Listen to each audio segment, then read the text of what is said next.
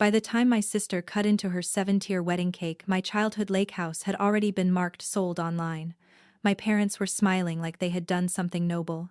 My mother had one hand pressed against her pearls, crying for the photographer, while my father raised a champagne glass bought with money that was never supposed to touch their hands. And I was sitting by the kitchen doors watching them spend the only home my grandfather ever left me.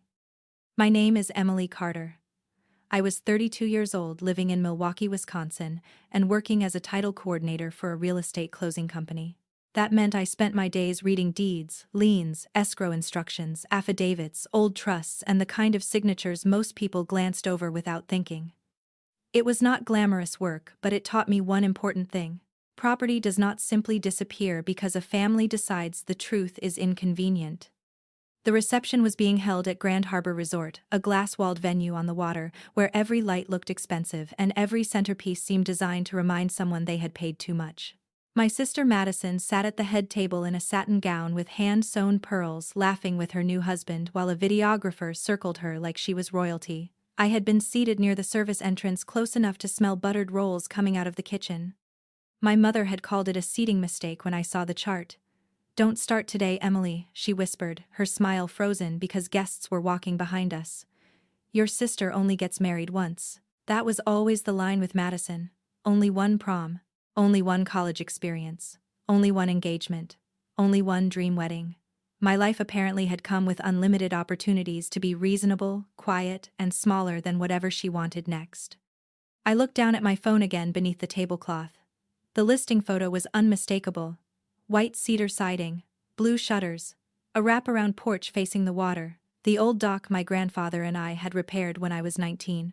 Across the top of the real estate site, a bright red label said "Sold." My thumb hovered over the screen, but I did not refresh it. I already knew what I was looking at. I just needed one more second to breathe through it. That house sat in Door County, 2 hours north of where I lived, on a narrow road lined with birch trees and mailboxes with faded family names. To my parents it was the old lake place, a seasonal inconvenience with property taxes. To Madison it was a pretty backdrop she used for engagement photos without asking me. To me it was the only place in my entire childhood where nobody made love feel like a reward I had failed to earn. Grandpa Henry called it Carter's Landing, though there was no sign out front. He bought it before I was born, back when lakefront property still felt possible for a man who fixed boats and kept every receipt in a coffee tin. When my parents were tired of me, which was often, they sent me there. Madison got dance camp, beach vacations, shopping trips, and mother-daughter brunches. I got Grandpa. They thought that was a punishment. They never understood it saved me. He taught me how to sand a door without gouging the wood, how to balance a checkbook, how to listen when an engine made the wrong kind of knocking sound. He never said much about my parents unless I asked. Even then, he chose his words carefully. But once, when I was 16 and crying because Madison had screamed that I ruined her birthday by existing in the wrong dress, Grandpa handed me a mug of tea and said, "Some people call it family when they mean ownership." I did not understand that sentence completely until years later when he got sick. He refused to leave the lake house for as long as he could, so I drove up every Friday after work, with groceries, medication organizers, clean sheets, and the stubborn belief that showing up mattered. My parents visited when there was an audience. Madison came twice, once to take photos by the water, and once because her boyfriend at the time liked fishing. I was the one who learned how he liked his soup. When Grandpa died, he left behind 3 things for me that I knew about: his old brass key, a handwritten note tucked inside a field guide to birds, and the lake house. The note said, "You were the one who came back when nobody was clapping for you. Remember that." The house was supposed to go into a trust first, then transfer to me when the estate settled. My father told me probate was slow. My mother told me not to be greedy while everyone was grieving. Grief makes you trust the wrong people if they speak softly enough. I believed them for almost a year. I signed what they placed in front of me when they said it was routine. I did not push when they said the lawyer was still handling details. I was exhausted from work, mourning the one person who had never asked me to compete for kindness, and still naive enough to think parents could be unfair without being dangerous. That was before Madison got engaged. The engagement was announced at Thanksgiving with a ring so large my mother actually gasped. Madison cried into both hands while her fiancé Connor stood there, smiling like a man who had no idea what kind of family he had entered. My father made a toast about dreams coming true. My mother said they would give Madison the wedding she deserved. Nobody asked how. Nobody needed to. In our family, the answer had always been simple. Emily would absorb the cost somehow. The first direct request came in February. My mother called while I was reviewing a title packet for a duplex closing. Her voice had that careful sweetness she used before asking for something unreasonable. She said Madison had found the perfect venue, but the deposit was outrageous. Then she said Dad had looked at the lake house numbers and there was equity just sitting there. I remember staring at my computer screen at a mortgage payoff statement for a stranger, while my own mother tried to turn my inheritance into a party fund. No, I said. Just one word. It felt strange in my mouth. She went silent for 3 full seconds. Then she laughed once lightly like I had made an awkward joke. Emily, don't be dramatic. We are not taking anything from you. We are using a family asset for a family celebration. It is not a family asset, I said. Grandpa left it to me. Her voice changed then. Not louder, flatter. Your grandfather loved all of us. Don't twist his memory into something selfish. My father called an hour later. He skipped the sweetness. Your sister has one shot at this, he said. One. You live alone in an apartment and visit that place maybe a few weekends a year. Madison is starting a life. Why can't you be happy for her? I can be happy for her without giving up my house. He exhaled, like I was a difficult employee. You know, Emily, this is why people walk on eggshells around you. Everything becomes a wound. That sentence stayed with me. Not because it was new, but because it was familiar enough to feel rehearsed by my whole childhood. If I remembered something cruel, I was sensitive. If I objected to being used, I was selfish. If I wanted what was mine, I was jealous of Madison. My parents had a talent for turning my boundaries into character flaws. By the time we hung up, my hands were shaking, but my answer had not changed. 2 weeks later, my key stopped working. I had driven to Door County on a cold Saturday morning with cleaning supplies and a thermos of coffee, planning to open the windows and check for winter damage. The brass key Grandpa had given me slid into the lock, but it would not turn. For a few seconds I just stood there, confused, pressing my palm against the blue front door. Then I saw the scratches around the deadbolt, fresh and silver against old paint. Someone had changed the lock on my house. A neighbor, Mrs. Bell, came over from across the road wearing garden clogs and a down vest. She looked uncomfortable before she even spoke. Emily, honey, I thought you knew, she said. Your parents were here last weekend with movers. The word movers hit harder than if she had said burglars. Burglars would have meant strangers. Burglars would have meant simple theft. My parents with movers meant planning keys, boxes, decisions. It meant they had walked through Grandpa's house and chosen what could be removed, stored, sold, or thrown away, while telling themselves they had the right. Mrs. Bell said there were wedding decorations in the living room when she looked through the window. White arches, flower crates. A sign with Madison's name on it. I called my mother from the porch. She answered on the 5th ring, already irritated. We're busy, Emily. Why is my lock changed? A pause. Then your father thought it was best until everyone calms down. Until I calm down. Until you stop acting like Madison's happiness is a crime. Behind her I heard Madison laughing. That did something cold to me. Not explosive. Cold. I asked where Grandpa's things were. His tackle box, the framed photograph of him holding me on the dock, the coffee tin with old receipts, the quilt from the guest room. My mother said they had organized. When I asked what that meant, she sighed and told me not to be sentimental about clutter. That night, Madison texted me a photo of herself standing inside the lake house wearing a white robe embroidered with bride. She was holding a glass of champagne in front of the fireplace Grandpa built with his own hands. Under it she wrote, "It's just a house, Em. Maybe when you have a real life you'll understand why weddings matter." I did not reply. I took a screenshot. Then I took another screenshot of the timestamp. Then I sat on my bathroom floor until the anger stopped shaking and became something cleaner. The next Monday I searched county records during my lunch break. I told myself I was only checking for peace of mind, but some part of me already knew what I would find. There it was. A quitclaim deed recorded 3 days earlier, transferring my interest in the property to the Henry Carter Family Trust trustee, listed as Robert Carter, my father. The document had my printed name. It had a notary stamp. And it had a signature that was supposed to be mine. I stared at it for a long time. The E in Emily was wrong. Most people would not notice. My parents certainly would not have. But I reviewed signatures for a living. I knew the difference between a rushed signature and a copied one. Mine had a sharp upward pull at the end of Carter, because I had signed that way since college. This one curved down. It looked careful, practiced, and dead. Whoever had done it had been copying an old version from somewhere, probably one of the routine forms I signed after Grandpa's funeral. I printed the deed. I printed the notary page. I printed the listing history, the change in locks, Madison's text, and every message my parents had sent about using the house for the wedding. Then I opened the bird guide Grandpa had left me and pulled out his note again. On the back, in smaller handwriting I had never paid enough attention to, was one more line. If they ever tell you that you owe them the house, call Samuel. Samuel Green had been Grandpa's attorney for 27 years. I found his number in an old email chain about property taxes. When I called, his assistant put me through faster than I expected. His voice was older than I remembered, dry and steady. I explained what I had found. I expected surprise, outrage maybe. Instead, Samuel went quiet in a way that made the hair on my arms rise. "Emily," he said, "finally, do your parents know you work in title?" "Yes." "That was foolish of them." I almost laughed, but nothing came out. He asked me to email everything without altering file names or metadata. He asked whether any money from the sale had already been used. I told him Madison's wedding was in 6 days, and the reception was at Grand Harbor Resort.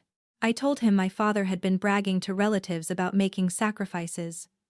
Samuel made a sound that was not quite a sigh. Then he said something I did not understand yet. "Your grandfather anticipated pressure. He was very specific about weddings." For 6 days I did not confront anyone.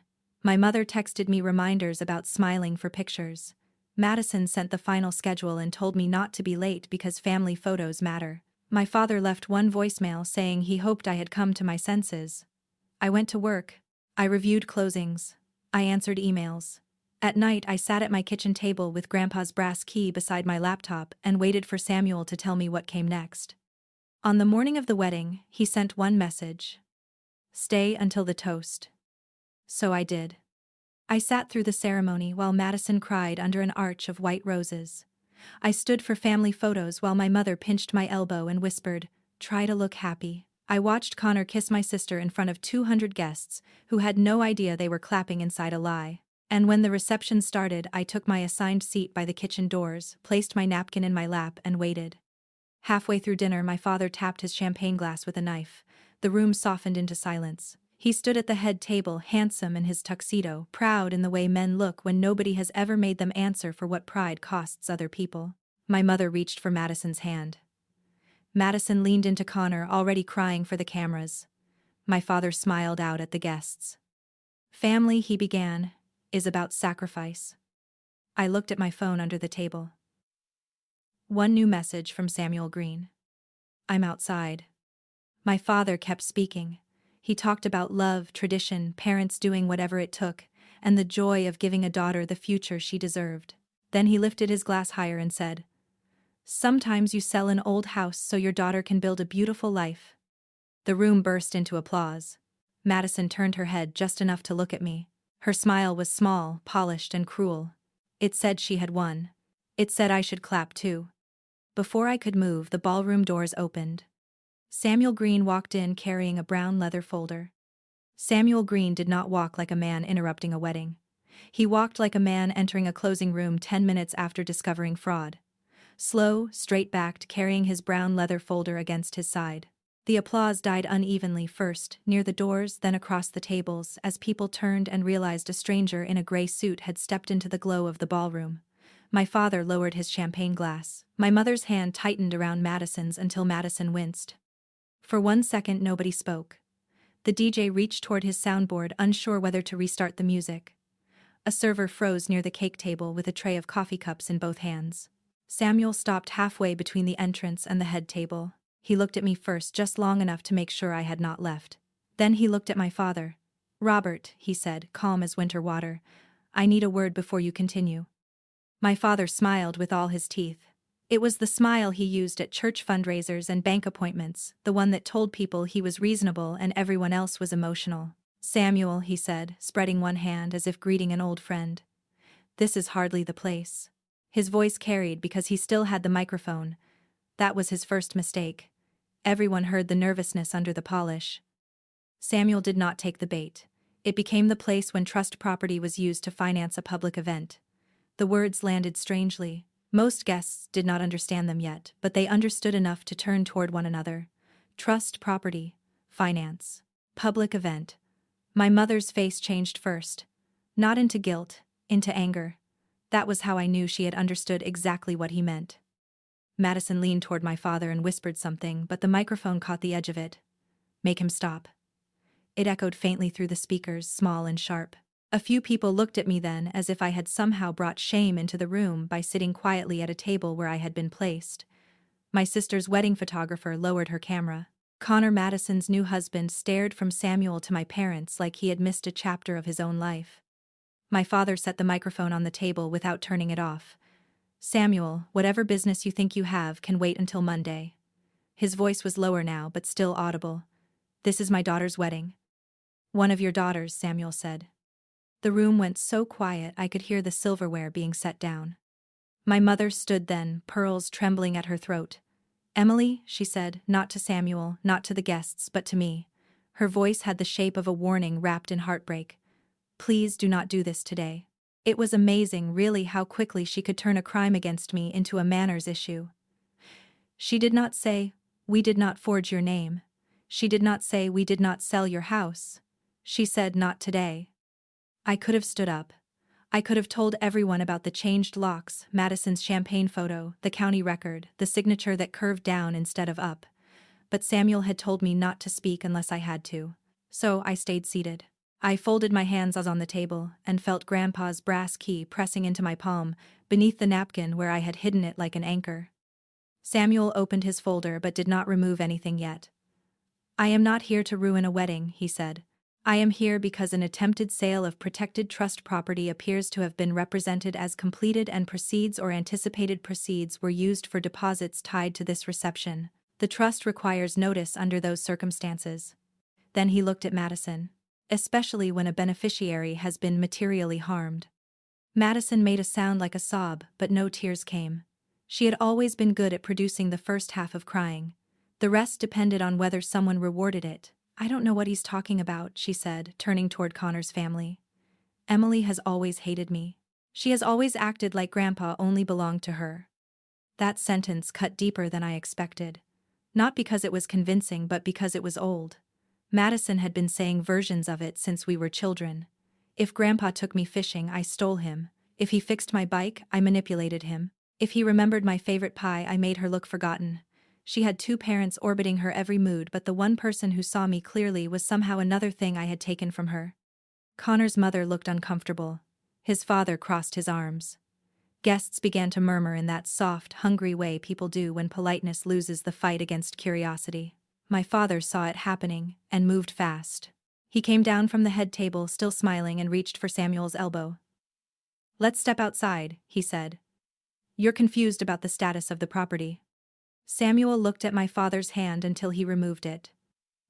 "I am not confused." My mother turned on me again. "Emily, if you have questions about paperwork, we can talk privately." This is exactly what I was afraid of. You let bitterness build until you cannot see what matters.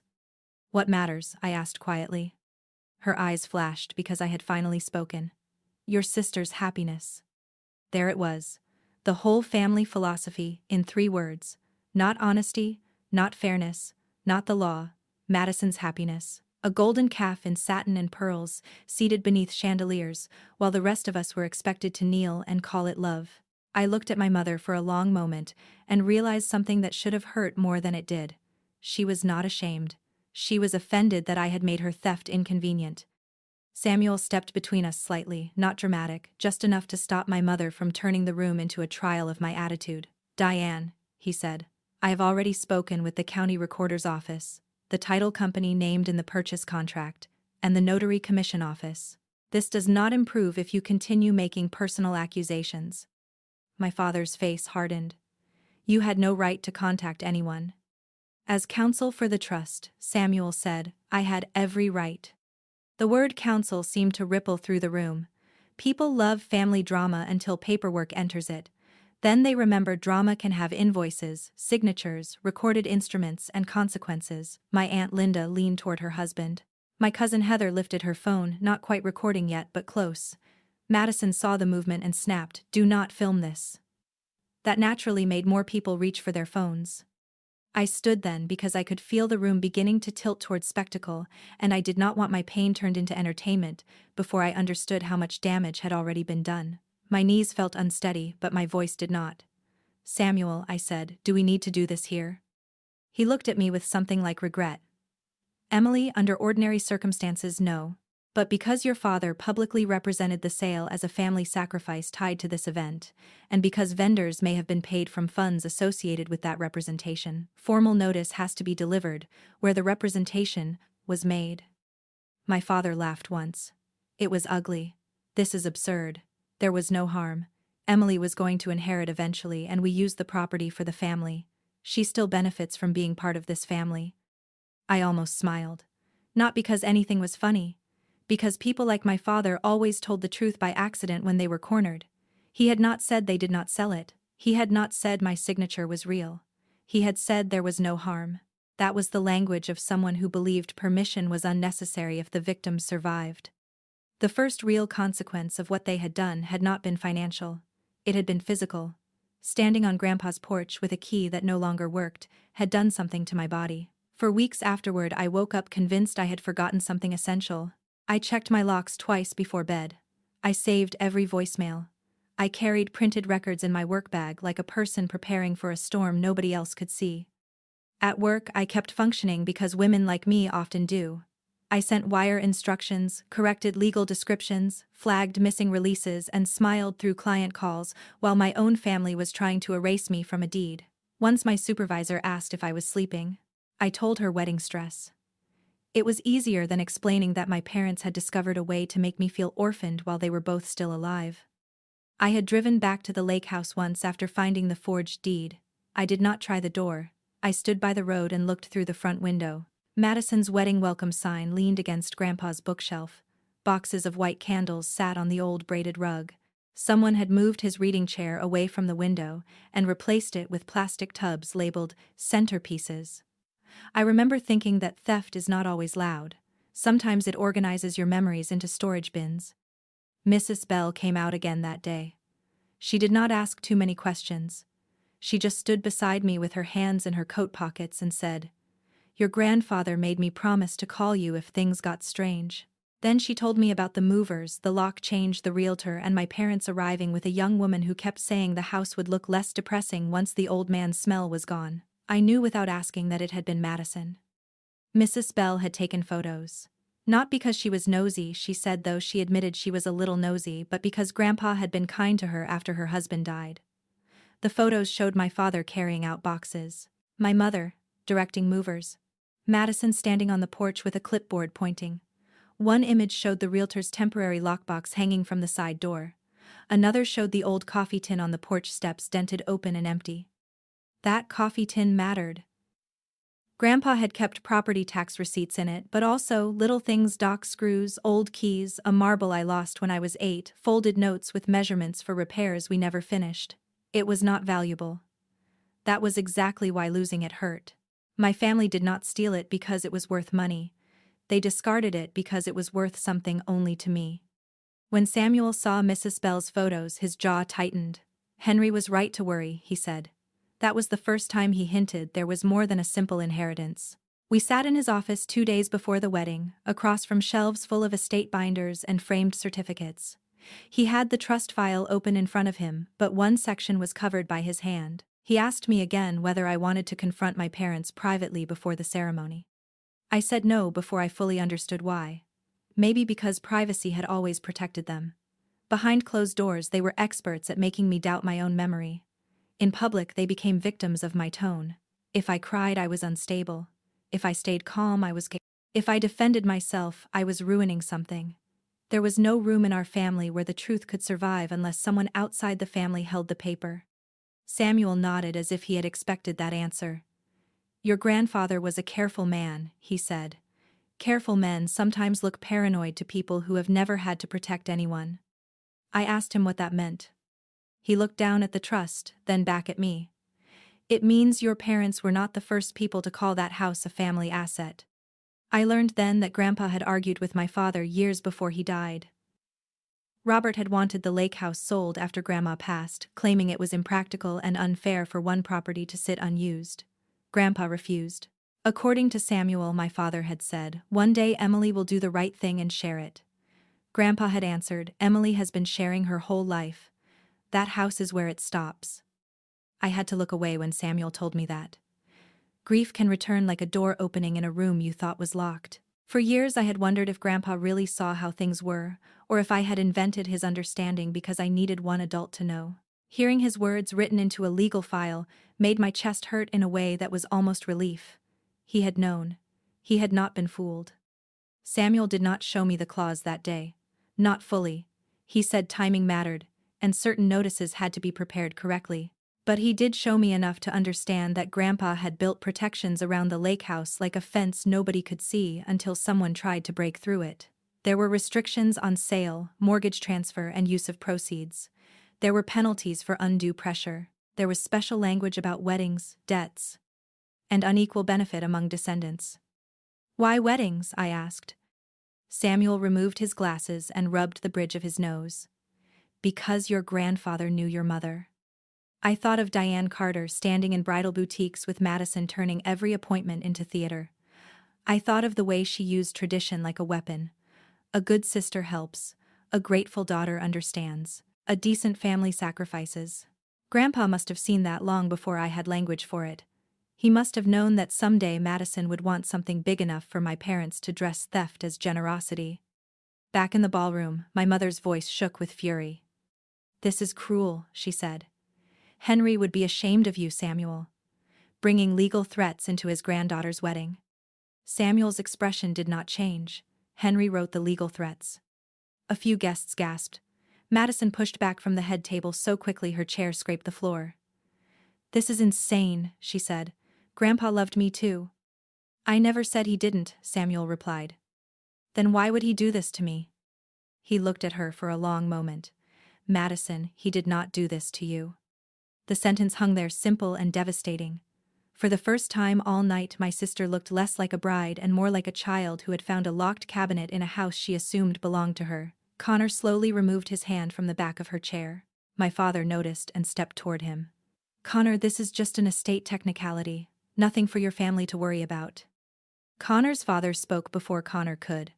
"Was disputed property used to pay for this reception?" My father opened his mouth. No words came out. That silence did more damage than any accusation. It moved across the room, table by table, changing faces. The bridesmaids stopped whispering. The groomsmen stared into their drinks. My Aunt Linda looked down at her plate as if she had suddenly remembered every time she told me to let things go. Madison's perfect wedding, the one my parents had polished until it shone, developed a crack right through the center. Samuel finally removed the first document from his folder. "Before I read formal notice," he said, "I want to give Robert and Diane one opportunity to answer a narrow question." He held up the recorded quitclaim deed. Even from across the room I recognized the shape of it. White paper. Black seal. My false signature at the bottom like a dead insect pinned under glass. My father's face went gray. Samuel's voice remained even. "Did either of you witness Emily Carter sign this document?" My mother looked at my father. Madison looked at my mother. Connor looked at Madison. And I understood with a calm that felt almost holy that this was the moment before a family myth dies. Not when everyone apologizes. Not when justice arrives clean and complete. Just the moment when the lie stops breathing comfortably. My father swallowed and said, "We believed we had authority." Samuel lowered the deed. "That is not what I asked." My father stared at Samuel as if the question itself had insulted him. Around us, the ballroom seemed to hold its breath. The chandeliers still glowed. The candles still flickered. Madison's cake still stood untouched except for the ceremonial slice missing from the bottom tier. Everything looked like a wedding, but the feeling had changed. It felt more like a room full of witnesses who had accidentally walked into a deposition. "We believed we had authority," my father repeated, slower this time, trying to make the words sound legal instead of desperate. "The property was still in trust. I was acting as trustee." Samuel slid the quitclaim deed back into his folder halfway, but kept one finger on it. Robert Trustee Authority does not include manufacturing a beneficiary's signature. My mother made a sharp sound. That is an accusation. It is a description, Samuel said. Madison stood so fast the skirt of her gown caught under the table. Connor reached to help, but she jerked away from him without looking. Her face had gone red beneath the makeup. "This is my wedding," she said, voice cracking in exactly the right places. "This is supposed to be the happiest day of my life, and Emily couldn't stand that. She has always been like this. My sister had a gift for turning any consequence into proof she was being persecuted. She did not say she had nothing to do with the house. She did not say she was sorry if I had been hurt. She reached for the oldest script we had. Emily is jealous. Emily is bitter. Emily ruins things because she cannot be happy." I watched a few guests glance toward me, waiting for me to defend myself badly enough to become the woman Madison needed me to be. I stayed quiet. That was the first time my silence did not feel like surrender. Samuel looked at Madison not unkindly. "Mrs. Whitmore, I understand this is distressing." Her chin lifted at the new name. Mrs. Whitmore. She had worn it for less than 3 hours, and already looked prepared to hide behind it. "Then leave." "I cannot." "You can. You're choosing not to, because Emily wants attention." Connor spoke then softly. "Madison, did you know?" The question landed harder than Samuel's legal language. Madison turned toward him like he had slapped her. "Did I know what?" "That the house was Emily's." Her mouth opened, but nothing immediate came out. Madison was excellent when she controlled the scene. She could cry, laugh, flatter, sulk, or accuse with perfect timing. But a direct question from the husband she had just married in front of 2 families did not give her enough space to rearrange the truth. Her eyes flicked to my mother. That tiny movement answered more than words could have. My mother rushed in. "Everyone knew Henry wanted the family to enjoy that house. Emily is not the only grandchild." "But was it hers?" Connor asked. Diane Carter looked offended by the simplicity of the question. "That is a very cold way to talk about family property." Connor's father leaned forward at the head table. He was a broad-shouldered man with silver hair, and the expression of someone who had spent his life reading contracts before signing them. "Diane," he said with respect, "cold language is usually what matters when money has already been spent." My mother's face tightened. She had not expected Connor's family to become practical. She had expected them to be embarrassed, to help smooth things over, to accept our family's version, because confronting it would make the reception awkward. That was how my parents survived most of my life. They trusted decent people to be more afraid of conflict than they were of dishonesty. Samuel removed another document. The purchase agreement was signed with Harbor Point Realty 6 weeks ago. The closing was scheduled for the Friday after this wedding. However, based on the recorded deed and pending escrow instructions, an advance was obtained against anticipated proceeds through Lakeside Bridge funding. The words were dry, but their meaning moved through the room like a spill. An advance, not a completed sale.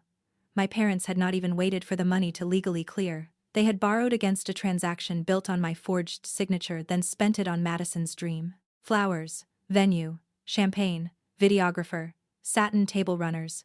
Every beautiful thing in the room suddenly looked leased from a lie. My father snapped, "That is private financial information." "Not after you publicly described the sale as a sacrifice during a recorded reception toast," Samuel said. "And not after the trust property was represented as available collateral." My cousin Heather's phone was fully up now.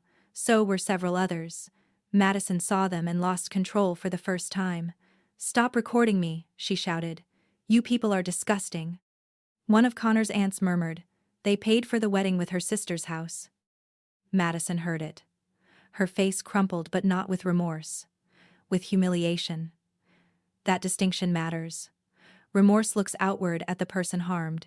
Humiliation looks inward at the image damaged. My sister did not look at me, not once. She looked at the phones, the photographer, her new in-laws, the bridesmaids. She looked at every mirror in the room except the one that mattered. My father moved toward Samuel again, no longer smiling. "You are creating liability for everyone by speaking recklessly." Samuel closed the folder with one hand.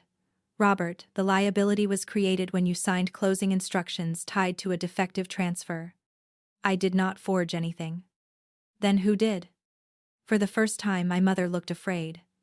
Not tearful. Not angry. Afraid.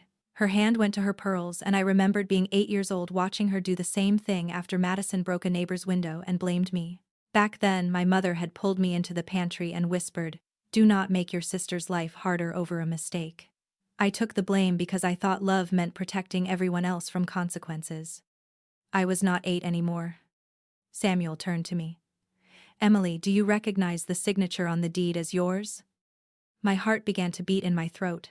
I could feel every eye in the room shift toward me. My mother's expression sharpened into warning. My father stared as if he could still command me through distance alone. Madison's lip trembled, perfectly timed for sympathy. For a second I was back in childhood, standing in doorways with the truth in my hands while everyone waited for me to decide whether I was willing to be punished for saying it. I stood. "No," I said. "That is not my signature." My voice sounded smaller than I wanted, but it carried. Maybe because the room was so quiet. Maybe because truth does not need volume when everyone has run out of lies to talk over it. Samuel nodded once. "Did you authorize your parents to sell mortgage transfer pledge, or otherwise use the lake house to finance this wedding?" "No." "Did you sign any notarized consent allowing the property to be used for Madison Carter Whitmore's wedding expenses?" "No." Madison laughed through a sob. "Listen to her. She sounds like she's at work. This is exactly what she does. She makes everything cold and technical so she doesn't have to admit she hates me." I looked at her then, really looked at her. My little sister in a gown that cost more than my car, standing beneath thousands of dollars of flowers, accusing me of being cold because I would not quietly fund the fantasy. There were so many things I could have said. I could have told the room about every birthday I was asked to shrink for her. Every Christmas gift returned because Madison wanted the better version. Every apology demanded from me to keep peace after she created the storm. Instead, I said, "I don't hate you, Madison. I just don't owe you my home." A few people looked down. That was the thing about plain sentences. They leave nowhere elegant to hide. My mother's eyes filled with tears at last, but they were not soft. "After all we did for you," she whispered. "What did you do for me?" The question came out before I could stop it. It was not loud. It was not theatrical. But it broke something open in me, something that had been sealed for years by guilt and habit. My mother blinked as if nobody had ever asked her to itemize her love. My father's jaw tightened. Madison rolled her eyes, but Connor was watching my mother now, waiting for an answer. Diane lifted her chin. "We raised you." "You housed me," I said. "Grandpa raised the parts of me you kept trying to shame out of existence." My father stepped forward. "Enough." That word used to work on me.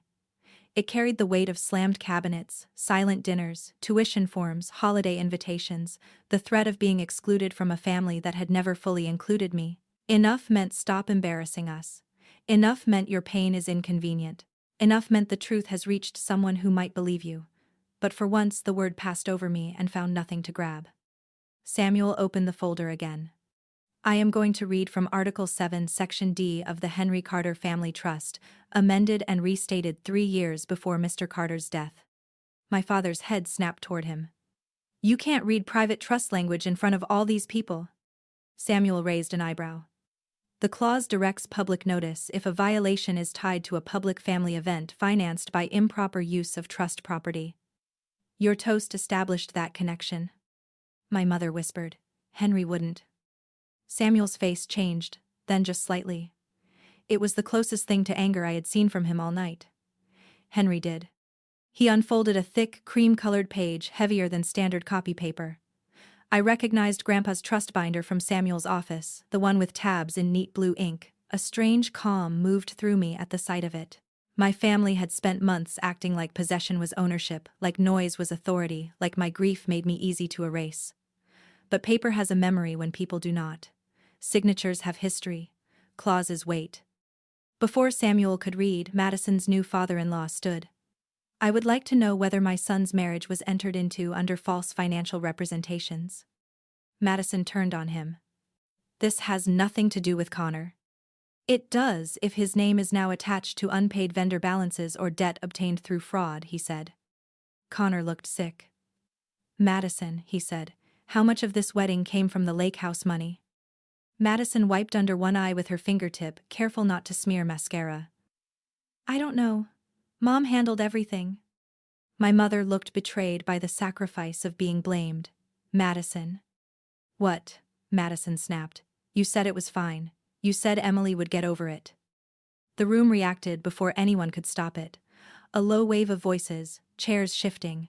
Someone said, "Oh my God." Someone else said, "She knew." Madison realized what she had done a second too late. Her hand flew to her mouth, and she looked at Connor with wide, pleading eyes. I didn't mean it like that. But she had meant it exactly like that. Not legally, maybe. Not in the careful language Samuel used. But morally, she had known everything she needed to know. She knew the house was mine. She knew I objected. She knew my parents planned to push through anyway. And she knew because everyone in my family knew that they were counting on me to suffer quietly after the fact. My father pointed at her. Do not say another word. Samuel did not miss the moment. He reached into the folder and took out printed emails clipped together. For the record, I have copies of communications provided by the wedding planner in response to preservation notice. One email from Madison Carter to the planner reads, "Once the lake house money clears, Mom said we can upgrade the floral package." Another reads, "Emily is being dramatic, but Dad says the house paperwork is handled." Madison collapsed into her chair as if her bones had been cut.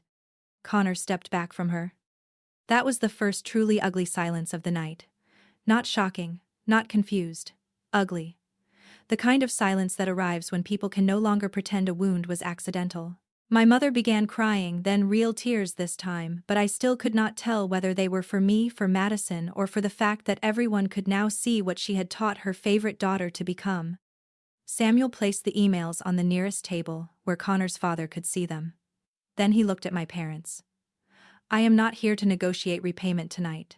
I am not here to litigate criminal intent in a ballroom. I am here to provide notice that the attempted transfer is void, the pending sale has been frozen, and trustee authority is suspended, pending formal removal. My father gripped the back of a chair. Suspended by whom? By the terms you agreed to when you accepted trusteeship. I never agreed to be humiliated in public. No, Samuel said. You agreed not to steal from your daughter. Nobody moved. I thought hearing it said aloud would make me feel vindicated. Instead, I felt tired. Deeply, painfully tired. The kind of tired that comes from realizing you were not difficult, not dramatic, not too sensitive. You were simply standing in front of people who benefited from you doubting yourself. The truth was not freeing in the bright way people imagine. It was heavy first. It showed me how long I had been carrying someone else's shame. My mother looked at me then, and for one foolish second I thought she might apologize. Her face softened, her tears trembled. She took one step toward me. Emily, she whispered, please. If you let this go now, we can fix it as a family. There it was again. Family. The emergency tarp thrown over every fire they started. I looked at her, at my father, at Madison, sitting beneath her bridal veil with my stolen house written all over the room, and I understood that fixing it as a family meant fixing it for them. It meant hiding the evidence. It meant accepting partial repayment someday, maybe. It meant swallowing another insult so they could keep their reputation. Samuel held the cream-colored page in both hands. Emily, he said quietly, are you ready for me to read the clause? I looked once toward the windows. Beyond the ballroom glass, the lake outside Grand Harbor Resort was black under the night sky. Not Grandpa's lake, but close enough to remind me of the porch, the dock, the sound of water against wood, and the old brass key still warm in my palm. I turned back to Samuel. Yes, I said. He nodded, faced the room, and began to read. Samuel's voice carried without needing the microphone. Article 7, Section D, he read. Protection of Carter's Landing from coercive transfer, unequal family benefit, and reputational expenditure. The title alone made my father close his eyes. Grandpa had not written like a sentimental old man hoping everyone would behave. He had written like someone who had watched my family long enough to know that love in the wrong hands could become a crowbar. Samuel continued. No trustee parent, sibling, spouse, descendant, or related party shall sell, encumber, mortgage, pledge, assign, transfer, borrow against, or otherwise use Carter's Landing directly or indirectly for the benefit of any family celebration, wedding, debt, lifestyle expenditure, reputational event, or preferential benefit to any beneficiary other than Emily Rose Carter, unless Emily Rose Carter provides written consent. Signed in person, before independent counsel, and notarized by a neutral notary, selected by said council. The room did not gasp this time. It tightened. People understood enough now to know that every flower arrangement, every rented gold chair, every glass of champagne, had just been dragged under those words. My mother looked at the tables as if seeing the wedding for the first time, not as Madison's perfect day but as a ledger. My father stared at Samuel with a hatred so controlled it almost looked dignified. Samuel turned the page. Any attempted violation shall be void ab initio. Any trustee participating in such attempted violation shall be immediately suspended and subject to removal. Any beneficiary, knowingly receiving preferential benefit from such violation, shall forfeit discretionary distributions related to the Henry Carter Family Trust for a period determined by successor counsel. Any proceeds, advances, or benefits derived from such attempted violation shall be subject to immediate recovery. Madison whispered, no, it was small, not a denial of guilt, a refusal of consequence. She looked at Connor, but he was not looking at her anymore. He was staring at the printed emails on the table in front of his father. I watched his face change in stages: confusion, embarrassment, anger, and then something worse for Madison than any of those: distance. My father found his voice. This is unenforceable. Samuel folded the page down by 1 inch, just enough to look at him over his glasses. It has already been reviewed by outside counsel, the title company, and the escrow officer. The pending closing has been halted. The buyer has been notified that the deed used to support trustee authority is under fraud review. Lakeside Bridge Funding has also been notified that the collateral representation was defective. That was when my mother sat down. Not dramatically. Her knees simply seemed to stop trusting the floor. My Aunt Linda reached toward her, but Diane waved her away. She was staring at Samuel as if he had performed a magic trick with numbers. My mother had always believed consequences were for people who did not know how to manage appearances. She had forgotten that signatures do not care how you look in photographs. My father said, "You cannot freeze our accounts." "I did not freeze your personal accounts," Samuel replied. "I froze the transaction tied to trust property. Any separate debt you incurred against anticipated proceeds is between you, the lender, the vendors, and your attorneys." The words vendor and lender hit the room harder than trust ever had. Weddings are built from invoices disguised as romance. Suddenly, the violinist, the resort manager near the side wall, the florist's assistant by the entry, all seemed less like background figures and more like people wondering who was about to pay them. Madison's dream wedding had been beautiful, because everyone believed the money behind it was clean. Connor finally spoke. "Madison, did you sign anything connected to this?" She looked wounded by the question. "How can you ask me that?" "Because my family name is on the reception contract now. My parents handled it." "That is not an answer." Madison's hands curled into the satin of her gown. "I signed some vendor updates, that's all. Mom said it was fine. Dad said Emily was being selfish. Everyone said she would calm down after the wedding." Everyone. There it was again. The family court that had existed long before Samuel entered the ballroom. Everyone had voted on my boundaries without inviting me. Everyone had decided my grief was negotiable. Everyone had assumed that after the damage was done, I would be too tired, too guilty, or too ashamed to fight over ashes. Samuel removed one final document. "This is notice of trustee suspension.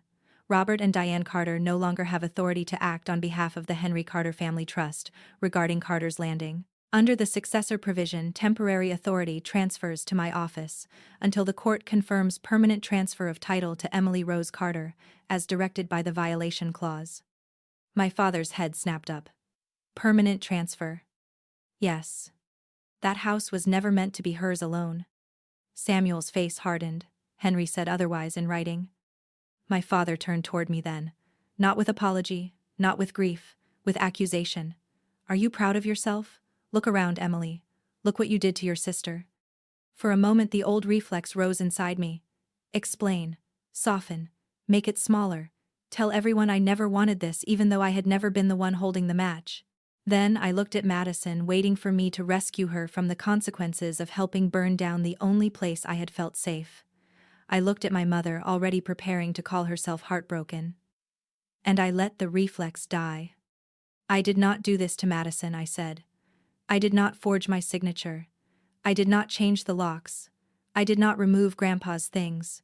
I did not borrow against a house I did not own. I did not stand in front of two families and call theft a sacrifice. My voice did not shake. That surprised me more than anyone. Madison began to cry, then fully, loudly, with one hand over her mouth. "You're ruining my marriage." I looked at her for a long moment. "No. You started it with a lie." Connor pushed his chair back and walked away from the head table. Madison reached for him, but he stepped beyond her hand. He did not leave the ballroom. He went to his parents and stood beside them like a man choosing which side of the truth he could still live on. That may have been the first thing all night that actually broke my sister's heart, because it was the first thing she could not blame entirely on me. My mother stood again, trembling now. "Emily, please. We can repay it. We can work this out. Just tell him to stop." "What would you repay?" I asked.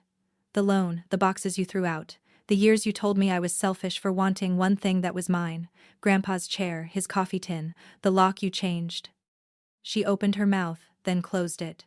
There are questions people cannot answer because the answer would require them to become honest for longer than they can tolerate. The resort manager approached Samuel quietly. They spoke near the side wall in low voices. I caught only pieces: payment source outstanding, balance, contract, party legal notice. My father watched them, and for the first time in my life I saw him look small. Not humble. Small. Like a man who had mistaken control for strength, until the room stopped obeying him. Samuel returned to me. "Emily, we can leave now. I have delivered notice." I nodded. My legs felt weak when I stepped away from the table. Nobody blocked me. Not my mother. Not my father. Not Madison. The crowd parted with the kind of awkward respect people give to someone they failed to defend when it would have mattered. As I passed my Aunt Linda, she whispered, "I didn't know it was that bad." I believed her. I also did not forgive her for needing a lawyer to prove it. At the door, my father called after me. "If you walk out now, don't expect this family to be waiting when you come back." I turned around. The ballroom was behind him, bright and ruined. Madison sat under chandeliers with mascara on her cheeks. My mother clutched a napkin in both hands. Guests stared at me as if my answer might teach them something. I felt Grandpa's brass key in my palm, the teeth pressing into my skin. "I have been waiting for this family my whole life," I said. "I'm done." Then I walked out with Samuel Green. The hallway outside the ballroom was cooler, quieter, almost ordinary. A busboy pushed a cart of empty plates past us and politely pretended not to see my face. Samuel asked if I wanted water. I said no, then I said yes. He bought a bottle from a vending machine because the resort bar suddenly felt like enemy territory. I drank half of it with both hands, shaking around the plastic. Samuel did not tell me I was brave. I appreciated that. Brave was a word people used when they wanted to make pain sound finished. Instead, he said, "There will be more calls tomorrow." "There already are," I said, looking at my phone. My mother, my father, Madison, Aunt Linda, Cousin Heather, unknown numbers. A family that had placed me by the kitchen doors suddenly discovered my phone number when the bill came due. "Do you want me to handle communication?" "Yes." That one word felt different from the no I had given my mother months before. No had protected the house. Yes protected me. Over the next 3 weeks the wedding became smaller in memory but larger in consequence. The sale of Carter's Landing never closed. The buyer backed away after learning the deed was disputed. The bridge lender demanded answers my parents could not soften with family language. Vendors sent invoices to the names on their contracts. Madison's upgraded floral package, the champagne wall, the lakefront fireworks permit that never got used because of the interruption, all of it became paper again. My parents did not go to jail. Real life rarely folds itself that neatly. Samuel referred the forged deed for review, and the notary commission opened an investigation. My father hired an attorney who advised him to stop leaving me voicemails. My mother sent one letter through a cousin saying she was heartbroken by how far this had gone. She did not say she was sorry. She said she hoped I would remember that no house was worth losing family over. I kept the letter in a folder marked Diane, not Mom. Madison's marriage did not end that night, but it changed before the cake was cleared. Connor left with his parents after a private conversation in a side room. By the time Madison returned from what should have been her honeymoon, she had deleted half the wedding photos from social media. The ones that remained were cropped tightly around her face, as if she could cut the debt, the emails, and Samuel's brown leather folder out of the frame. She texted me once. "You got what you wanted. Hope the house keeps you warm." I typed 3 different replies. Then I deleted them all. I had spent too many years believing every cruel message required a defense. That night I learned something simpler. Not every thrown stone deserves to be picked up. The court process took longer than the emotional one. That surprised me. I thought my heart would lag behind the paperwork, but once the truth had been said aloud, something inside me moved quickly. The legal transfer took months. My healing began the morning. I stopped asking why they had done it, and started admitting that they had. Why can become a trap, when the answer is obvious and unbearable. They did it because they wanted to. They did it because they thought they could. When the order finally came through, confirming title to me, Samuel called from his office. "It's yours," he said. I was at work, standing beside the copier, with a stack of closing disclosures in my hands. I had imagined I would cry when I heard those words. Instead, I leaned against the wall and laughed once softly, because Grandpa had somehow made a sentence travel through years of grief, manipulation, and forged ink to find me exactly when I needed it. The first thing I did was change the locks legally. The second thing I did was drive to Door County with Mrs. Bell's spare photos and a list of everything missing. Some items were gone forever. Grandpa's coffee tin never came back. Neither did the quilt from the guest room, but Samuel recovered the framed dock photograph from a storage unit my parents had rented for wedding decorations. The frame was scratched. I kept it that way. I spent that summer repairing small things. Not dramatically. Not like a movie montage where healing looks beautiful from every angle. I scrubbed candle wax off the old braided rug. I painted the blue shutters myself. I hired a carpenter to fix the porch step Madison's movers cracked. I put Grandpa's reading chair back by the window. On the mantel, I placed his photo beside the bird guide and the brass key that no longer opened the door but still belonged in the house. Some relatives tried to visit. Aunt Linda sent a message asking if we could start fresh at the lake. I told her no. Not cruelly. Just no. Fresh starts are not owed to people who stood close enough to see you bleeding and waited for a notarized document before offering a bandage. Maybe one day I would feel differently.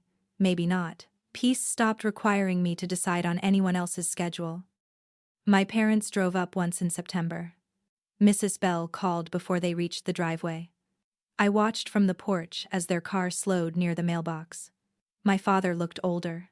My mother looked toward the windows, probably expecting me to step outside and begin the familiar ritual of explaining, absorbing, softening. I stayed seated with a mug of coffee in both hands. After a minute, they drove away. I thought I would feel victorious. I did not. Victory is too loud a word for what I felt. What I felt was space. Clean, quiet space where their voices used to live. The lake moved against the dock. A gull cried somewhere beyond the trees. The house creaked in the wind the way old houses do, not haunted, just alive enough to remind you they have survived other storms. That evening I found one more thing. While cleaning the small cabinet under the kitchen window, I discovered a folded envelope taped to the underside of the drawer. My name was written on it in Grandpa's handwriting. Inside was a single page dated 2 years before he died. It said, "If you are reading this, someone probably tried to make you feel guilty for keeping what I gave you. Let them be angry. A gift is not selfish because someone else wanted to steal it." I sat on the kitchen floor and cried then. Not because I was sad only. Because being protected by someone after they are gone is a strange kind of love. It does not hug you. It does not answer the phone. It does not sit beside you at dinner. But it stands up in a ballroom with a lawyer's voice and says, "She is not alone. She was never alone." I never rebuilt a relationship with my parents. That is the part people sometimes dislike when I tell the story. They want a holiday scene, an apology at the dock, Madison, arriving with flowers and humility. Life did not give me that, and I no longer decorate reality to make other people comfortable. My parents chose pride over repair. Madison chose blame over remorse. I chose a locked door and a quiet phone. People say blood is thicker than water, but they usually forget that water can carry you when blood tries to drown you. That lake held more of my childhood than my family ever did. It held Grandpa's patience, my teenage tears, the sound of screen doors closing, the smell of cedar after rain. The first place I learned that love did not have to come with a bill. Family is not a word that turns theft into sacrifice. Forgiveness is not a debt collected by the people who injured you. And a boundary is not a wall built out of bitterness. Sometimes it is a front door with a new lock, a porch light you control, and the right to decide who gets invited inside.